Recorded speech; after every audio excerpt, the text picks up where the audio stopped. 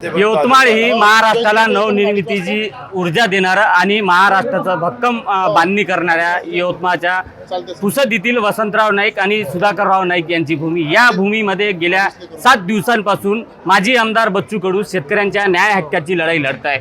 आपल्यासोबत खुद बच्चू कडू आहे। भाऊ, आज तुम्ही 7 दिवसांपासून सलग शेतकऱ्यांसाठी पायी चालून सरकारचं लक्ष वेधून घेण्याचा प्रयत्न करताय। तुमचं कोणासोबत संपर्क झालाय का? नाही, संपर्क माझा शेतकऱ्याशी करायचा आहे।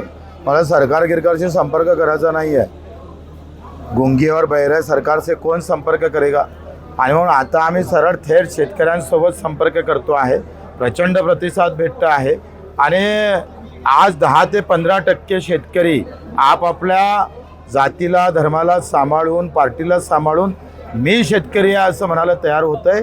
ही आमची सगळ्यात मोठी जीत आहे आणि हेच आम्हाला अपेक्षित होतं का प्रत्येकानं आपल्या जात धर्म सगळं सांभाळून मी शेतकरी आहे हे जेव्हा सुरुवात करेल, एकदा शेतकरी जर जागृत झाला तर सरकार जागा करायला वेळच लागणार नाही हो।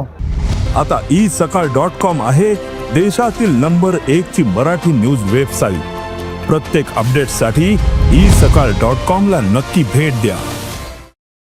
मराठीच्या मुद्द्यावर आपण बघतोय की सगळं महाराष्ट्र एकत्र झाला, मात्र अशातच शेतकऱ्यांसाठी कोणी एकत्र येत नाही। शेतकरी जातीत विभागून ठेवलेला आहे, धर्मात विभागून ठेवला, पार्टीत आहे, त्याच्यानं त्याचं महत्त्व कमी झालं ना, त्याचा प्रभावच संपवलेला आहे। आणि मग प्रभाव नाही तर मग कोण त्याला विचार करणार आहे।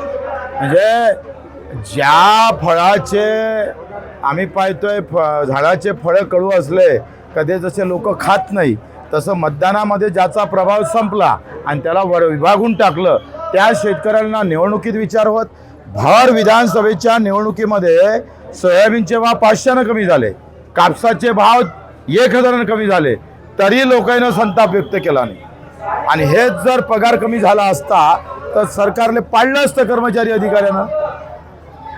एकीकडे शेतकऱ्यांच्या आत्महत्या रोज वाढत आहेत, तर दुसरीकडे विकासाचा महाप्रकल्प म्हणून शक्तीपीठ असेल, असे अनेक प्रकल्प पुढे घेतले जाते। याकडे कसं बघताय? मागितले ना कोणा मागितलं शक्तीपीठ? लाडकी बहीण कोणा मागितली? त्या नागपूरची मेट्रो कोणा मागितली होती? विचारा गडकरी साहेबांना। हे न मागता आलेल्या गोष्टी आहे। शक्तीपीठामध्ये ज्या शेतकऱ्याच्या जमिनी जाणार आहे त्याचं पहिलेच गणित लागलेलं आहे, त्या शेतकऱ्याचं ॲग्रीमेंट झालेलं आहे। काही कार्यकर्त्यांनी ती सगळी व्यवस्था करून ठेवली आहे का शेतीचे पैसे तू ये आणि शेतीच्या वरते जे पैसे येईल अर्धे अधिकाऱ्याचे न अर्धे आमचे करावंच लागतं। 6 महिन्यापूर्वी विधानसभाच्या निवडणुकी झाल्या आणि त्यामध्ये प्रचंड भाजप विरोधात आक्रोश दिसत असताना परत भाजप सत्तेत येते। याकडे कसं बघताय? मशीन बटेंगे तो कटेंगे। आता या सगळ्या भावनेत हात टाकला का माणूस पिजलतं। देशाचे पहिले कृषी मंत्री पंजाबराव देशमुख यांच्या भूमी ते देशातली पहिली शेतकरी आत्महत्या चिलगावा असा तुमचा प्रवास आहे। नेमकं या ठिकाणी तुमची पदयात्रा काढण्यामागचा हेतू काय? खरं तर हा वसंतराव नाईकांचा जिल्हा आहे, जन्मजिल्हा आहे आणि पंजाबराव देशमुख अमरावतीचे कृषी मंत्री होते पहिले आणि चिंचलगावची ही पहिली आत्महत्येची नोंद सुरू झाली। आता वसंतराव नाईकाच्या काळात आणि पंजाबराव देशमुखांचे जे काही ध्येय धोरणं होते ते ध्येय धोरणं शेतकऱ्याच्या संबंधित होते, शेतकऱ्यासाठी एक पाऊल टाकणारे होते आणि त्याच यवतमाळ अमरावतीमध्ये आत्महत्याचा आकडा वाढत चाललेला आहे, प्रचंड ताकदीनं वाढत चाललेला आहे। आणि मग त्या जिल्ह्यामधून सुरुवात करावी, जिथं आक्रोश जास्त आहे तिथं आपण खरं तर गेलो पाहिजे।